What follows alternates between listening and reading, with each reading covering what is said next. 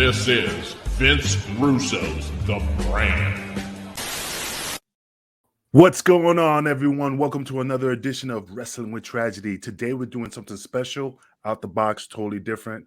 We're doing a New Year's, let's say a review, But of course, you got the King of the Streets, Suntan Superman. Well, I'm not wearing my Superman shirt, but I'm wearing a Piers shirt, a Piers Austin shirt. But my buddy Piers... Yeah, man, that's Piers Austin. Well, right next to me, my buddy Piers Austin, who just got recently hacked, and my man, the King, John Paz, the man in the Tower of Power. Too sweet to be sour. But let's get these sponsors out the way so we can pay the bills, if you will.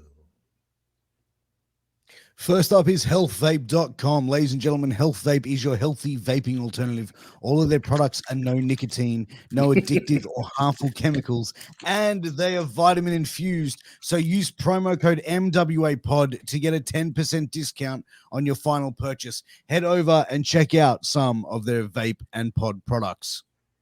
Man, for you athletes out there that really want to kick off 2022, I was going to say 2021, we're almost out the gate with that. Definitely check out sleeves.com that have all your sports accessory needs, but also they got the dirty boxes. I know they probably got some New Year's Eve boxes to make it pop out like a little Tinker Toy thing, but definitely check them out. Use MWA promo code MWA Pod for 10% off. Yo, tell them Wrestling with Tragedy sent you. Tell them John Paul sent you. You get even 50% off. Hey, nice. Piers, what's wrong with your voice, man? You sound like hoarse. Me, no, I'm good. You sound hoarse, dude. Do I? Yeah, you sound you sound a little raspy. You sound like he's been yelling all day. Yeah, I know. He sounds like Wildfire Tommy Rich. Hey, brother, we gotta get a draw. Gimmicks. I'm taking gimmicks. On the gimmicks. Do you ever think that Wildfire Tommy Rich wanted to take a draw so that nobody could mess with his taxes? You ever think about that? I don't know, man. He always took a draw. I never. But you know, well, let me not say that because I don't want to put that in evidence. But I did have I just had a lot of expenses on the road that just definitely evened out the year. But yeah, probably, man. I got to work every angle. I knew new guys used to come from Japan, and we used to get paid cash back in the days, and they used to stuff their money in their pants so they don't have to declare it because you have to pay taxes for Japan and then you have to pay taxes in the States. That's a double whammy. Right. Yeah, so if I wrestle in Australia, I got to pay taxes in Australia, and then I got to pay the fucking piper in the U.S. They want their piece. Hell no, cash. Put it in the pants, because if a talent's going to go overseas, they've got to have like an international work visa and all these other sort of little bits and pieces, right? Yeah, it's been a while, but yeah, as far as I can tell, yeah, you need all that paperwork ready to go and stuff like that. But you know what? Instead of paying me cash, pay me in Bitcoin. Easy to travel, easy to get past. Bitcoin. But anyway, hey, look, I'm pretty excited, man. It's the end of 2021. We're almost out on the corner. Piers, you probably hit 2022 before we do, So let's talk about what we did in the 2021, all the topics, all the things, all the hot shit going on. I mean, I think in the last year we covered off a lot of really good topics, but I think 2021 has been a very interesting year in the world of professional wrestling. We've seen large amounts of numbers being released from WWE. We've seen like someone like Aleister Black, whose contract wasn't changed. He finished up on a 30-day instead of a 90-day clause. I think there was a lot that happened in 2021 that we can really sort of delve into and look at. There's another thing that I was just thinking. Somebody sent me I forgot where I saw it, but they sent it to me that Vince McMahon was selling his property, his house. Yeah, like $33 million or something. Not true, though. It's not true? No. Okay, so funny. Okay. Whoever reported that, I think it was Fightful. So they reported it, and then they're like, I forget what they said. Like they were on vacation, so they misreported it. I don't know. It made no sense, but they put it out there. It's Vince McMahon's neighbor, like a little bit down the street. So they saw Greenwich. They saw it was for sale. They just jumped to conclusions, assumed it was Vince. I was going to say, we always saw pictures of his house and stuff. That didn't look like his house, just from what I've seen and saw from stuff. And it's not his. That actually came out in all the other news site said, "Oh, not his house. Whoops, sorry about that.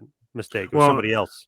well, But that was a pause. huge, nice house. Not all of us have the key to the city like you do, hanging out with Vince Yes. McMahon, standing by the pool, know what their layout is. I just saw it from a distance, Don't let that boy in here, man. Put some property value down, but Oh, but that's what, when I saw it, I'm like, and then that's the thing, maybe that might have started a chain reaction, because think about it, all the rumors that he's going to sell WWE and all this stuff, and all of a sudden now they put that out like he's selling his house. People probably were like, holy shit, Yep. it is I think happening. that's He's why they moving to jumped on it Australia. like that. Yeah, you never know. What? He's moving to Australia. Hey, why not, man? I don't know if it's cheaper over there, but yeah, he got the money for it. I think that's why the news sites jumped on it so quick, though, because they thought it was Vince. Oh, he must be selling if he's moving. It's like they didn't even care about looking into it. They just put it out there as Vince's house. Oh, that's okay, but yeah, man. I mean, seem to make those mistakes often, though, right? Like their reporting it No, they're isn't usually always pretty 100%. good. No, they're usually pretty good. They're not always 100%, but they're usually pretty good for the most part. I think maybe retractions might be hard to come by from them, but no, I think they're pretty decent. So from what I've seen, it seems like they're a pretty reputable website. Yeah, that's run by No. Sean Ross Sapp or something, isn't it? Yep. Yeah. Yeah, he's like the managing editor. Yeah, well, I mean, hey, look, they have to man up and say it was a mistake, but it Right. was funny though. I popped for it because I really fell for it. That's the key thing,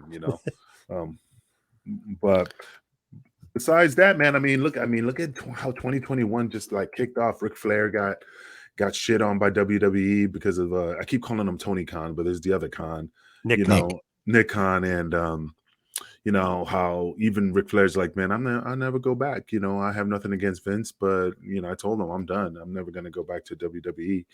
And how he was kind of like not blacklisted. I mean, but it did put a black eye on him for a minute. But yeah. I mean, the thing is, like with Ric Flair, that the fucking world it's almost like the world was surprised that Ric Flair acted like this. Like, let's be honest, he never hid the fact that he was a womanizing, party animal. Like, are we really surprised? And we can't really go and judge people on things that were done 20, 30 years in the past. You know what I mean? Like, if they've already been addressed, they've already been out, why are we reporting on it as being controversial? You know what I mean? Like, it's already been said years beforehand. Well, but put it this way, it's not because of that. It's because like you said, it's already been out there. It was already addressed. It was already put in articles, other podcasts. John Paul's probably did stuff on his show probably on those topics as well. I mean, it's not a secret. It's not nothing new besides somebody said one thing, one little twist of the story, and all of a sudden, oh, that was a piece missing. No, I mean, it was a legit story, and it was already known. So why all of a sudden they put it on blast on the Dark Side of the Ring, that it made any difference for his career? You know what I mean? Like, yeah, I get it, bro. But even like, Tommy Dreamer, who's a friend of yours, man, like he pretty much got blacklisted, and like all he did was like it's almost like the old school way of the business of protecting the boys, right? Like, you know what I mean? Like, he was trying to downplay it. I saw what he said. Maybe he worded things incorrectly, but Tommy Dreamer has a reputation being one of the nicest guys in the business, doesn't he? Yeah, but the thing is that the Tommy has a right to say what he wants to say. If he feels, if that's his freedom, the vision that he sees, and that's what he says, it is what it is, man. This country was built on, freedom of expression, freedom of speech. I mean, if he says it, fuck it. That's his opinion, There just happens to be consequences in 2021 if I don't give your a fuck. opinion is. No, I'm just saying that, like, the consequence was that, he got released from Impact. And also his radio gig as well, didn't he? He lost his radio gig, Suspended but from it. he's suspended, but he did come back, and now he's Yep. back with Impact. He just got rehired, or not rehired, but just the suspension lifted and stuff. And I mean, I'm happy for him. I mean, Tommy's deserves it, but again, he shouldn't have even put in that situation anyway. He didn't do anything wrong. I stand by Tommy 150%. The guy doesn't do anything chauvinistic. Even in ECW, Tommy was straight lace. I mean, but whatever he did behind closed doors, what he did, but Tommy he always protected us. That's what it was. Yeah. You know what I mean? He always protected us. You know, the Baldies get into trouble. Balls Mahoney got into trouble. You know, he always took care of us, but we never had to worry about him because he always had his ducks in a row. You know? It just that whole situation, though, I feel like, really for him, because I felt like that, what he said, like I said, maybe a bad choice of words, but did he deserve to get suspended and put on the back seat for a while? I don't think so. Did you also notice, and that people were complaining that, that's not true, but the way it was edited made Dreamer look way worse. Like, if he said those comments in a different part, I think people would have been okay with it, but she's crying and whatever, and then they cut to Dreamer saying that. The way they edited too made him look really bad. I was like, wow, that was almost like they were out to get him kind of thing. It was really weird. Well, I mean, Yeah, that's the thing. I mean, when you look at, I mean, a lot of people say like, yo, my words were taken out of context. It was not even, that's not what happened. And when they asked me the question, I mean, they splice and dice and make it look like whatever they wanted to make it look. I mean, they have the power, they have editing. So that's the thing, they just put pieces together. They've got to make compelling television at the end of Yeah. the day. Like, it's what they have to do. But in the same sense, like, how many wrestlers are going to see what happened with Tommy and go, fuck that, I'm not going to be put in that situation? Yeah. I know a lot of people won't do Dark Side of the Ring anymore. Yeah. Yeah, I mean, we talk about, we were talking last time, you and I, John, about Rob Black, who you recently interviewed in the last couple of months, and he refused to go on this show. Could you imagine if Rob Black went on? They would have labeled him the Antichrist. Yep. He was smart not to go on. Looking back, very smart not to go on. Yeah, I mean, like, dude, like, I've spoken to guys that have been approached to be on that show, and without saying names, but the person that was telling me was like, they were almost trying to put words in their mouth over the phone. Oh, you saw Flair doing this. You saw. No, right. I didn't see that. This is what I saw. Oh, but yeah, this happened. I don't know. I didn't see that happen in front of me. I would. Yeah, but this happened. You can just say, no, I'm not. Like, fuck off. Right. And then they'll be like, oh, well, we won't use you then. Like, okay, bye. See you later. Because they kind of want to control the narrative of the show, which is unfortunate. No, I mean, I totally agree. But I mean, like I said, 2021 has been spiraling down with a lot of crazy stuff, especially with COVID, people being, different rules now, different interaction with fans. It's just a different era, different time. I mean, that's why I haven't been wrestling. I mean, not because I'm afraid of COVID, just because it's just not feeling it. But it's been 2 years with this COVID stuff, and how much it affected pro wrestling. You know what I mean? Financially, talent getting cut. And I mean, we're seeing a lot of talent getting cut in 2021. Like, and not even just like talent that were sort of doing nothing, but we saw talent that were like, like Braun Strowman, Nia Jax, the Iconics, all who were on WrestleMania this year and had like Bray Wyatt, the number 2 merch seller. Bray Wyatt, exactly. And I think as well with those releases, like, they're going to claim it's budget cuts, but like, let's be real with a lot of it. It's like political with a lot of stuff. Like, Braun Strowman came out publicly and said that he burst in a production room to talk to Vince McMahon. I need to talk to you because I'm feeling blue, and talked about how he was feeling depressed and sad because of his start, stop, push. You go to Vince McMahon, like you have to understand, you see performers like a Roman Reigns, you see a performer like a Seth Rollins, like Cody Rhodes, for example, CM Punk, these guys, they're put in those positions because they can handle that pressure. They can handle the pressure of being the top guy. But when you're a guy like Braun Strowman and you're going up to a Vince McMahon and you're saying the things that he said to McMahon, as a businessman, in Vince's eyes, how can you have faith that this performer can carry the ball as your top guy, as your top thing? If he's sitting there saying I'm feeling blue, I'm feeling down, I feel depressed. Okay, no worries. We'll get the help for you, but fuck, man, I can't invest in this guy. Well, let me ask you a question though. What do you consider the top guy, the stress, the carry the ball? I mean, tell me what they do. Well, I think that you look at someone like The Miz, for example. Like, The Miz has been with WWE for over 10 years. He does a lot of media stuff. He does a lot of charity stuff. He does all these stuff in between. I think when you're the champion, like, these guys have to do a lot more stuff, a lot more radio, a lot more media, a lot more publicity. There's a higher demand on him, man. Look what happened with Eddie Guerrero. You know what I mean? Like, that was one of the things that he said, like, him as the pressure as the champion took it on board, but it took a lot out of him. Well, I mean, I mean, like, to me, I totally disagree because, like I said, I love doing the publicity stuff. I love traveling. I never felt I was under pressure. I had people just doing my itinerary and making sure that I got to the locations without an issue. I mean, I just never saw any pressure. I mean, just besides getting to the show, I mean, there was no pressure of, I don't know. I mean, pause. Do you think there's any pressure of being a top guy? I think it's huge pressure because, like, okay, you got to be somewhere at a certain time. Then it's like, okay, you don't have one place you got to be. You probably have to be three places. Oh, you got to do Jimmy Kimmel. Oh, you got to do, this, you got to do that. Then, oh, you have to go here to the children's hospital. Then you have to sign 500 autographs. It just seems like a lot of extra added pressure to those guys, especially as you go higher up on the card. Lower on the card, you have your itinerary, you're going here and there. Higher up in the card, it seems just amplified. It just seems like you got way more going on to me. Oh, no, I hear you. I mean, like I said, I just don't see it. I mean, from me being in the mix again, I was not no Shane Douglas. I was not no Taz. But I mean, when I had to do the certain things, I had no problems, man. I mean, I enjoyed it. I had no pressure. I never But saw pressure. WWE is very corporate. It's like a whole different Oh no, I ballgame. know. I Like, know. you got to go to the children's hospital. All that other stuff that they make you do. I think what the pressure is, and I'm not putting nobody on blast, is because again, I got friends in there.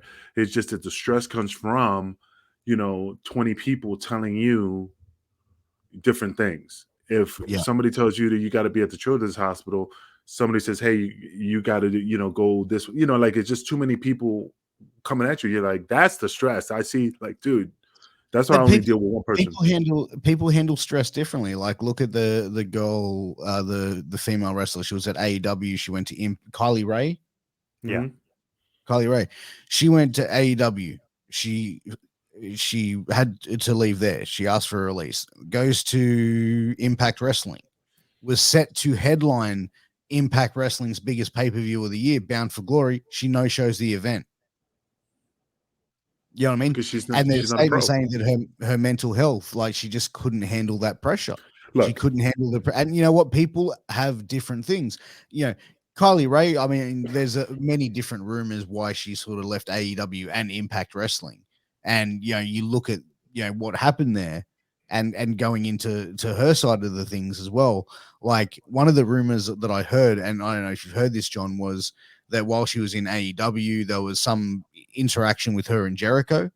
Like, Jericho is a swinger, apparently, with him and his wife, and he had some sort of interaction with Kylie Ray. Like, maybe he put it on her, she didn't reciprocate, or they had some sort of relationship, and that was the cause of her leaving. Then at Impact Wrestling, at the same time of the Bound for Glory thing, Carl Anderson's wife posted that stuff on social media, calling him a cheater, a drunk, a scumbag. And another rumor from that was that they were having an affair, hence why, like, she didn't want to face the music at Bound for Glory. let me explain something to you. And I mean, I know you're not in the business, and pause, you've been in the business, but this is the life I chose to do. Mm-hmm. This is what I wanted to do. You got to understand, Kylie Ray, I don't give two shits about her. The thing is this: you chose this profession and you understood what it was all about. If you couldn't handle it, then you should have not become a professional wrestler. That's why I never slept with none of the girls in wrestling. I never shit where I eat. You don't make a relationship with people, because once you break up with them, look at them. I was gonna say the Miz. Look at Edge and Matt and Lita's story. That is a headache and a half. That's stress. But the thing is, just like football, man, you get CTE, all that stuff, that you're getting paid millions of dollars to perform, to work out, to do what you got to do, to risk your body for money. That's what you're doing. You're trading your body for money. And in professional wrestling, I chose to be a professional wrestler. I knew there was gimmicks. I knew there was rats. I knew there was issues. I accepted that because I was trained and molded to understand it and to how to deal with it. These new wrestlers never been taught how to deal with wrestling. They just want to play wrestling, do a couple matches, do a couple flips, and think it's all glory. There's a lot of schooling that's involved to become a professional wrestler, not just performing. It's a different side to it. It's called psychology to this business.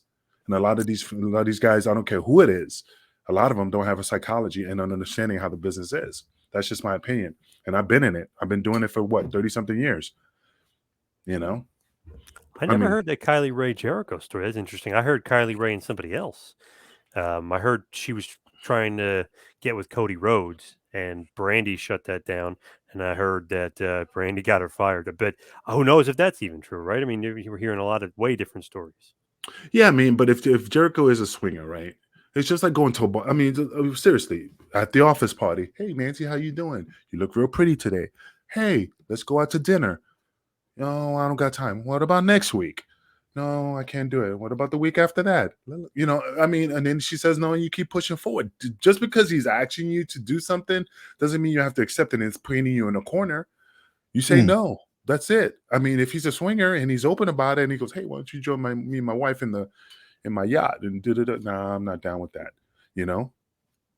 I mean, look, I don't give a fuck. Look, put it this way. I was put in a position, and I told you this story. The fucking Fairfield Hotel, when the fucking front desk lady was there, and I had to sleep with her to get fucking 15% off on the fucking hotel. Tommy was like, hey, you know, why don't you make the moves on it so we could get a discount. So I even got an additional 15% for the boys. I could have said no, but I did it. But see, that's the thing. Do I feel like, oh man, Tommy put me in a situation. I'm in therapy. No, it was my choice. He brought it up. I took the ball and ran with it. And we got 15% off and extra cereal at the fucking breakfast in the morning. You know, that's the truth. You know, good old days. But you know, like looking at in 2021, what I heard today was Toni Storm just got her release from WWE. Yeah, I heard that today, man. I mean, people were really shocked and sad about that. I mean, what's your opinion, Paz? I was really shocked. She literally was just in the main event of like SmackDown against Charlotte Flair, and I'm reading on the house shows, it's like a 3-way dance between Charlotte, Sasha, and Toni Storm. So it's not like she wasn't getting a push; it wasn't on the top of the card. So it was weird that supposedly she asked for her release. I just thought that was really weird because she seemed like she was getting this big push and she had all the momentum on her side. You know what's so funny about it that I laughed? I'm just laughing, not because I was looking at my phone. It's because back in the days when you had a push, I'm safe. I get an angle going. I got this. I have no worries about it being let go. Total opposite on this motherfucker. You know, usually when you're not being used, booked, or anything, you know, and you're like sitting by the TV and you're like, man, they're gonna fucking let me go. I'm next on the chopping block. Nope. Everybody's on the, you know, it's just weird how you're main eventing facing people in main event situations, and all of a sudden you're like, what? You get the pink slip, like, I'm still in the middle of an angle. Bro, like Bray Wyatt, probably the hottest performer that WWE has seen in years, and they release him. And the rumor behind it was like there was many rumors that came out about Bray Wyatt, mental health problems, difficult to deal with, still mourning the loss of Brody Lee. You know what I mean? Like all these different things that they had.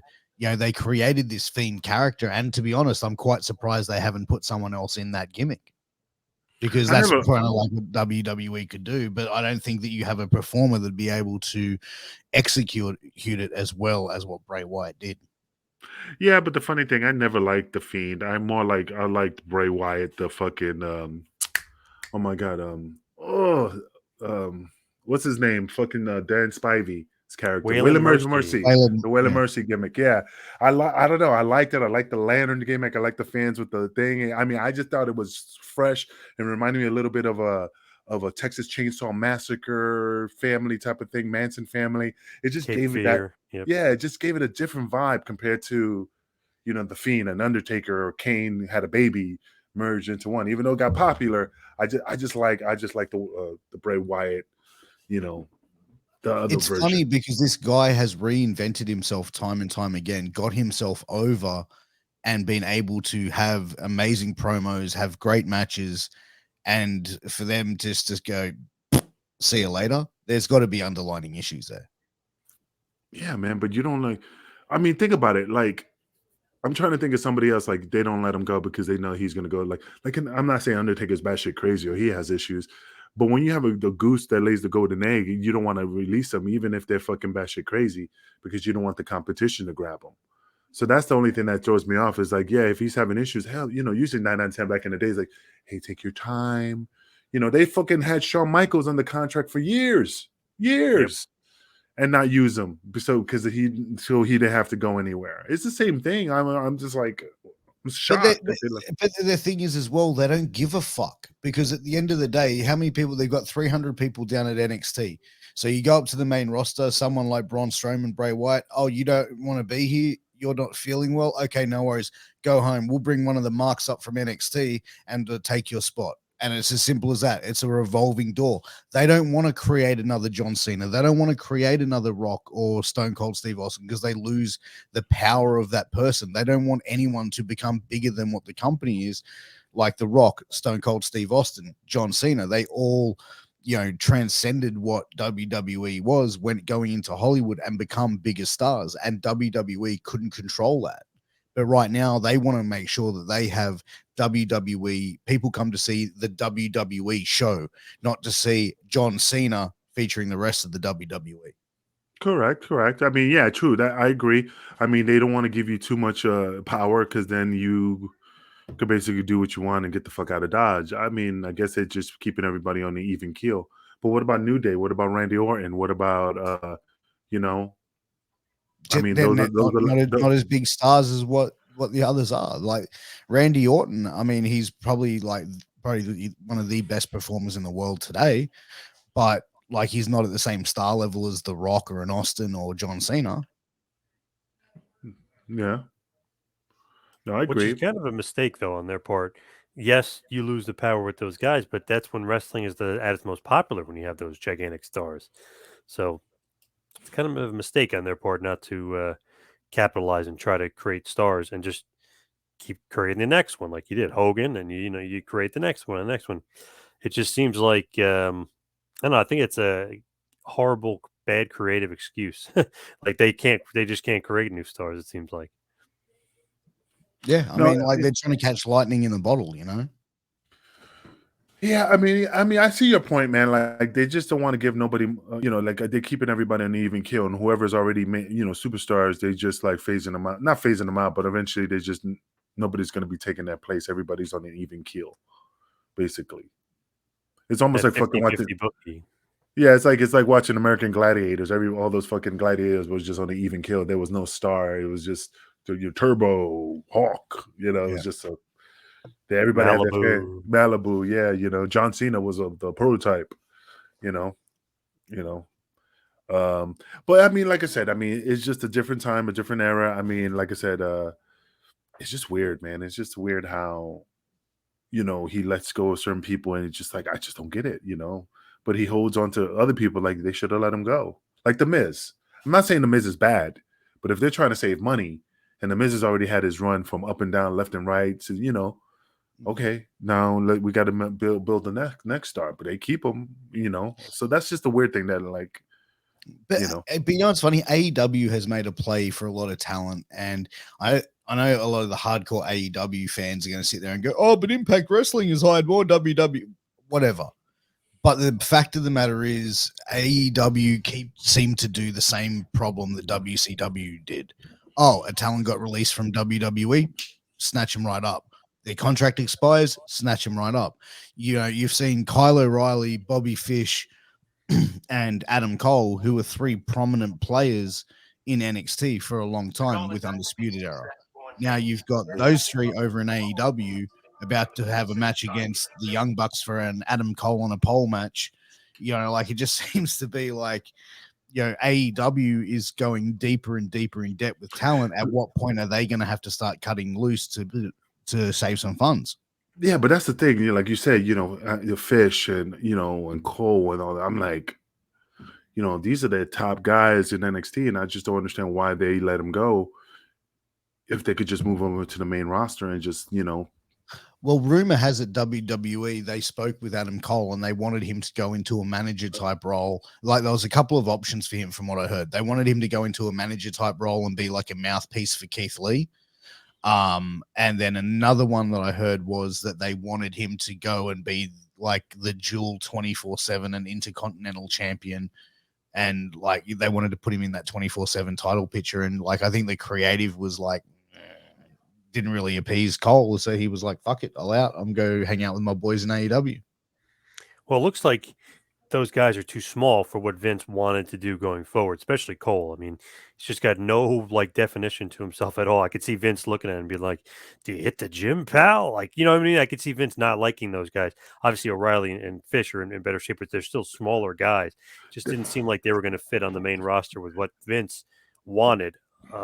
For his guys, he wanted the bigger guys, like Austin Theory. He loves that guy because he's huge, he's ripped. He's like, okay, he's a Vince guy. Those guys, I don't think are Vince guys. Okay, No. but what's the difference between Rey Mysterio and his son? His son don't got any definition. He wears that chest protector. You know what I mean? Like his last name though.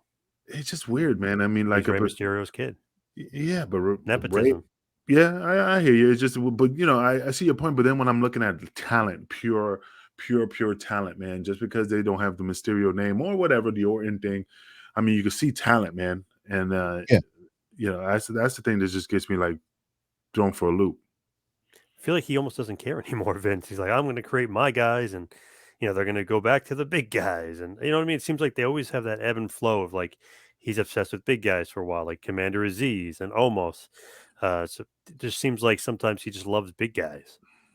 I think it like he's probably caught in his ways, Vince, with that, and I think that obviously they had Daniel Bryan come in there, who was one of the smaller guys, who got himself over with the yes chant, and the no chance, and everything like that, and kind of forced his hand to put him in as a main eventer. Because remember, like a couple years ago when they had like Batista return to the Rumble, and everyone was expecting Daniel Bryan to win the Rumble, go on to Mania, and right off into the sunset with the belts.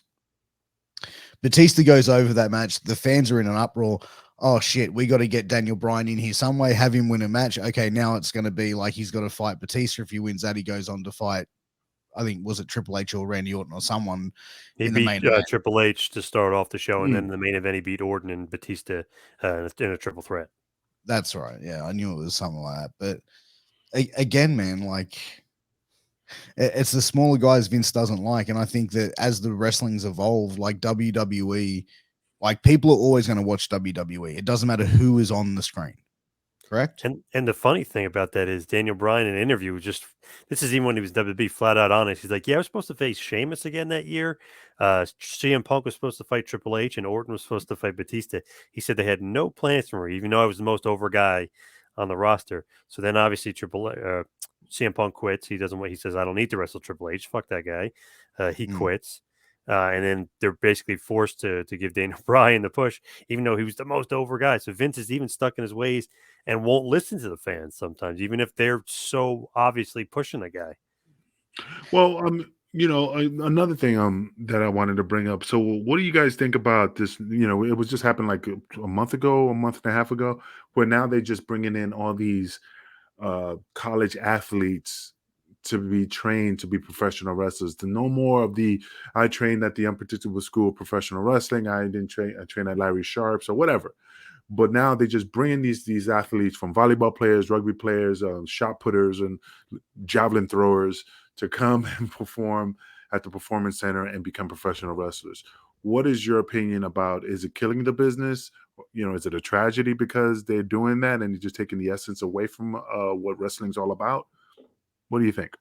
I don't know. It's kind of hit or miss. So it's NIL, name, image, likeness. So they have their ability to, I guess, do whatever they want with them, license them out and kind of sell them. And then once they're done with college, they can train them. To me, I think it's like a kind of 50-50 because it has worked in the past with guys like Lesnar and Shelton Benjamin and guys like that. Mm-hmm. Yep. Kurt Angle, guys that Jerry Briscoe scouts and like, okay, this guy's a really good athlete. Gable Stevenson's going to be another one see how good he turns out to be. But obviously, Olympic gold medalist, freak athlete, just one of those things where it's like that has worked for them in the past. So I feel like they're kind of jumping on that again right now. But some of them, it's like 2 girl volleyball players. It's like, do they like wrestling? Are they even involved? You know what I mean? Like Gable Stevenson, yeah, it's a no-brainer. He's a wrestler. He's probably going to want to get paid eventually. So he's going to probably want to do pro wrestling. He's a big fan. He's been to a bunch of the shows. So he makes sense. It's like some of the girls I've noticed and some of the sports they're taking them from. It's like, I don't know. Yeah, and that's I what don't know if it might I work mean. out. Yeah. That's Weird. what I mean. Look at it. Think about it. Okay, I understand they brought up athletes, but you said it. You hit the nail on it. Brock Lesnar, Mark Henry, Kurt Angle. I mean, all these people are legitimate, like wrestlers, power lifters, guys who like I love guys who switch over from wrestling to professional wrestling are judo practitioners, MMA fighters, martial artists, stunt people. I mean, but like you say, they brought Nancy and Carrie from fucking volleyball who had scholarships at volleyball. Like I don't see these women, watching professional wrestling. I mean, I'm not saying they don't, but I don't think that whole lineup that they have are if wrestling fans. Well, seems like they're just taking that money. Yeah, that's what I'm saying. They do this every 10, 15 years almost. Like they go, we're not going to take any more indie guys. Yep. And then they go and they get like these legit athletes. The problem is with that, you're then paying someone to come and train to be a professional wrestler, and then they're going to go on to have a 6-figure income job. They're not getting the respect for the business. They're not learning the business. They're not struggling for the business. So I don't think that they're going to appreciate it when they get to a WrestleMania and go, hey, you're going to be main eventing WrestleMania this year. Okay. You know what I mean? Like, yep. I mean, perfect example when they hired that comedian to do creative writing and she didn't know who Bobby Lashley was. Ashley or something. Yeah. So that's the funny thing. I mean, they're even hiring people like, what's his name? Scone Scold Austin or whatever, no. Cold Stone. Yeah, so Stone Cold Creamer Austin, like stuff like that. Like I don't think these people even know the history of professional wrestling to know these wrestlers. It just didn't make sense. It's weird though. It's like, okay, they're college kids, they want the money, they'll take it, but it's like WWE, we have no interest in being wrestlers. Just kind of get that vibe from some of them. Like, there's no way. Gable Stevenson, yes, great signing. Could definitely see it. He kind of falls in line with the Angle, Lesnar, Shelton Benjamins of the world. But sometimes it's like, okay, the Performance Center is not really panned out the way they thought it was. I mean, how many guys from the Performance Center can you name are like big stars or became big stars? I'm not talking about Reigns doesn't count because he was trained by his father, Sika, and then he was wrestled well before WWE. So, I mean, Seth Rollins doesn't count either. He was a Ring of Honor champion and wrestled forever. So it's like, has anybody had the success story? Baron Corbin, maybe, and maybe Alexa Bliss. Those are like the only two I could think of. Everyone else, it's like, it didn't really work out with the Performance Center. So, good luck to them for trying, but it hasn't worked in many, many years. Yeah, I agree. I mean, that's the only thing that I realized as a tragedy in regard to that, because like I said, I trained under rods. I had to go through the grind and we had to send tapes. We had to communicate with Pat Patterson and all them stuff and get tryouts and then come down to the Garden and get paid $250 and they watch you. I mean, it was like a Candyland board, man. You had to get past Gumdrop Falls to get to the Cookie Dough Mountain and stuff. I'm sorry, Piers. I know that you smiling cookie dough. Anyway, but no, you know what I mean. It's like it was a badge of honor, man. Finally, when you accomplish it, when you get to the to the mountain, man, you feel like, man, I really bust my butt.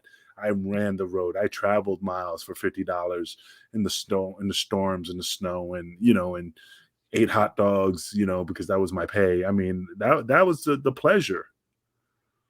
Yeah, it was a bitch, but it was a pleasure.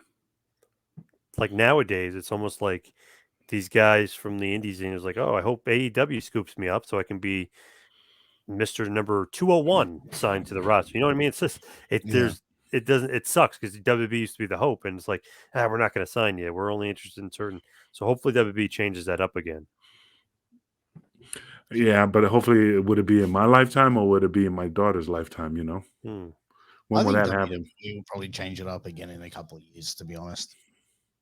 They'll be undeniable talents in the indies that they have to look at. And you look at some of the stars that are coming through there now, like on the indies, like a Kurt Gannon, and Casey Navarro, Jordan Oliver, a lot of like solid name guys that are on the indies. And I think that like even at MLW, for example, so you're not going to look at like someone like an Alex Kane, or a Hammerstone, or, you know what I mean? Like you're not going to look at these guys if they come knocking or like their contracts become up. Come on, man. Yeah, It's there's bad got to be business if they do exceptions. that. Yeah, it's got to be exceptions. Exceptions to the rules, man. Exceptions to the rules. I mean, what else? What else in 2021 that's really like shocked you or like wow? You know, to me it was New Jack. You know, that I mean, it's funny when I call my friend saying, "Hey, man, yo, did you hear about Jack?" And I'm shocked, and they go, "How come you're shocked?" I mean, like, you should have expected it for the hard life he lived, man. But like I said, Jack was an awesome dude, and it's like that was a shocker to me. I mean, for 2021. Yeah, man. Like it was almost like that he was unkillable, really. Like, he'd gone through so much and experienced so much and was pretty much one of the biggest icons in wrestling to never work for WWE. He was never PC enough even for the Attitude Era to go to a WWE. Like, could you imagine if like they got New Jack in the ECW buy-in like in 2006 when they revamped it? That'd be off TV very quick. You know what I mean? Like, but I think with Jack, it's unfortunate he didn't get that opportunity. But I think if he went to WWE, they would have had to water him down significantly. That it'd almost be a completely different character. Yeah, I don't think. I just don't think they would be able to control him, and I think that's what was their fear. That I could just see Jack just cutting promos on people and not give a fuck. So I mean, yeah, that would have been a difficult situation. It's funny too because you look, they hired Sandman and Sabu, two nut jobs in their own right. But the rumor was that JR and a lot of the people in WB were like, no, we can't handle New Jack. He's way worse than these guys.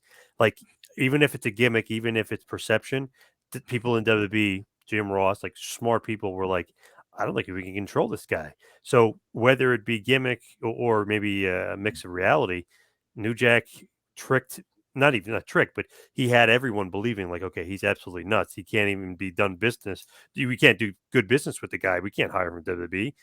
Probably could have, but obviously maybe not give him a live mic. I mean, you look at like what they could have looked at that stage as well, like the mass transit incident, all the incidences, the Gypsy Joe incident, things that like that have happened. It's massive red flags for WWE. Like they wouldn't even bring in someone who's had like a form of domestic abuse strike against their name. That may have never been convicted. But because it's there, they don't want anyone who's going to tarnish that company's reputation. And you see this nut job walking around with a giant knife too. You're like, okay, this guy should not be backstage. Okay.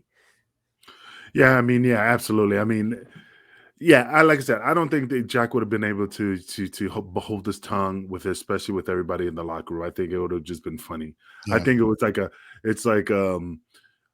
it's almost like trying to get into a computer, but you put the virus inside, so the virus kills it from the inside instead of coming from the outside in. So I just think, I would have loved to see Jack there, but I don't think that he would have just become what they want him to be. You know what I mean? He would have been his own man. Yeah, it's hard to picture him there. I don't know why. I just can't picture it. All right. Besides that, what else you guys think? What about Jimmy Rave? I mean, that was pretty shocking and pretty sad. What happened to Jimmy? It's nuts. Yeah. Oh yeah. I mean, it was nuts. I mean, Piers, what was your opinion about that? Man, it was a sad thing to see Jimmy go, man, leaving 3 kids behind. We've just seen another young wrestler pass away, 33 years of age, just the other day, Marcus Crane, who was on the independent scene. 2 young guys, man. I hope we're not going to see another influx like we did, 15-something years ago, where a lot of guys under the age of 40 started dropping like flies. I hope this isn't going to be like a precursor of what we're going to see in the upcoming months. Well, I mean, like I said, man, I mean, I hate saying it's the business, but it's just crazy, man. It's just like, it's funny because like Balls is gone, Axel's gone, you know, New Jack's gone. It's like the guys I have my feuds with. And then I called DeVito, hey, just to let you know, you're next. You next. I'll be the last of the Mohicans, Put them in a little matchbox box and bury them. That ain't right. That ain't right. Fuck them. Send them a copy of this. I Send them the micro content of this one. I think the Sandman will probably be the only, like, the last thing left on Earth will be Sandman and cockroaches. I can see No, well, the funny thing is that, like, this is something that really threw me for a loop, man. I think hell did freeze over because I heard Sandman is sober. So he stopped. Wow. He stopped drinking, man. Yeah. So Good for him. no, I'm happy for him, but it's just funny because it's like him stop drinking. What the fuck? It just throws me for a loop. Pretty surprising. Almost doesn't seem real. Anyway, so what's next? It's time to wrap it up. No, man. I was just thinking, like, it's just funny how, like you said, it's surreal. But I mean, like I said, the Jimmy Ray situation, now it's sad. I mean, great talent, and he falls on the wayside. But again, it's just weird, man, how just this year goes by so quick. And how it affects everybody. Guys coming back, guys retiring. Virgil, being by himself in the corner, trying to work angles, and stuff like that. I just think 2021 is just with this COVID thing and a lot of other crazy stuff. I mean, it's just a plethora of just craziness, Yeah, I agree, man. I'm looking forward to 2022. I'm looking forward to this show continuing into 2022, especially with you gentlemen. But I think, look, that's time to wrap it up. It's been hey, hold up before we wrap it up. I mean, what the biggest thing that ever happened in 2021? Even mention it. We have to give it the just. Is my man Paz coming on the show, man? Just carrying the ball and just taking us to the promised land. I met so many people. I made so much money off this guy. I mean, I'm living high on the hog. Oh my God. I can't wait for 2022. I'm gonna be like fucking a miser with gold coins at my desk. But anyway, man, hey, it's an honor, man, to be with you guys in 2021. And it's an honor to be with you in 2022. And I hope it brings us more prosperity, more fame, more fortune, and health. That's the one thing that we need to know, because motherfuckers are dying left and right. Absolutely. But let's get the sponsors up.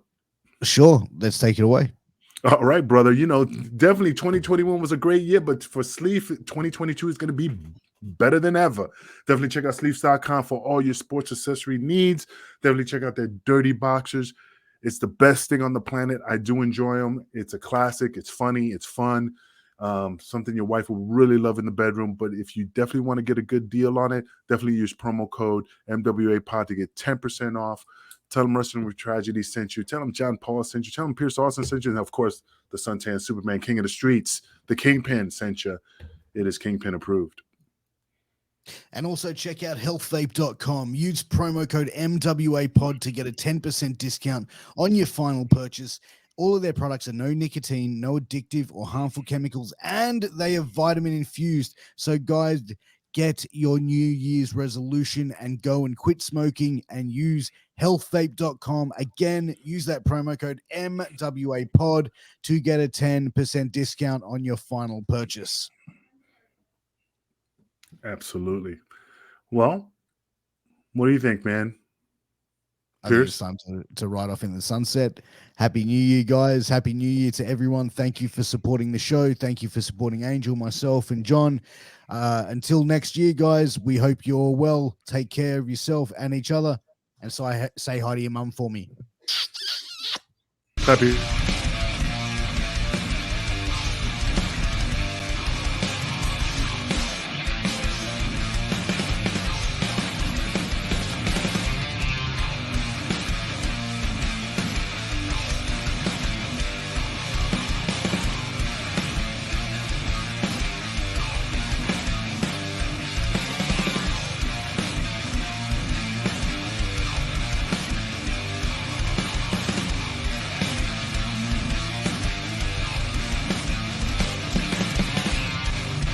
This is Vince Russo's The Brand.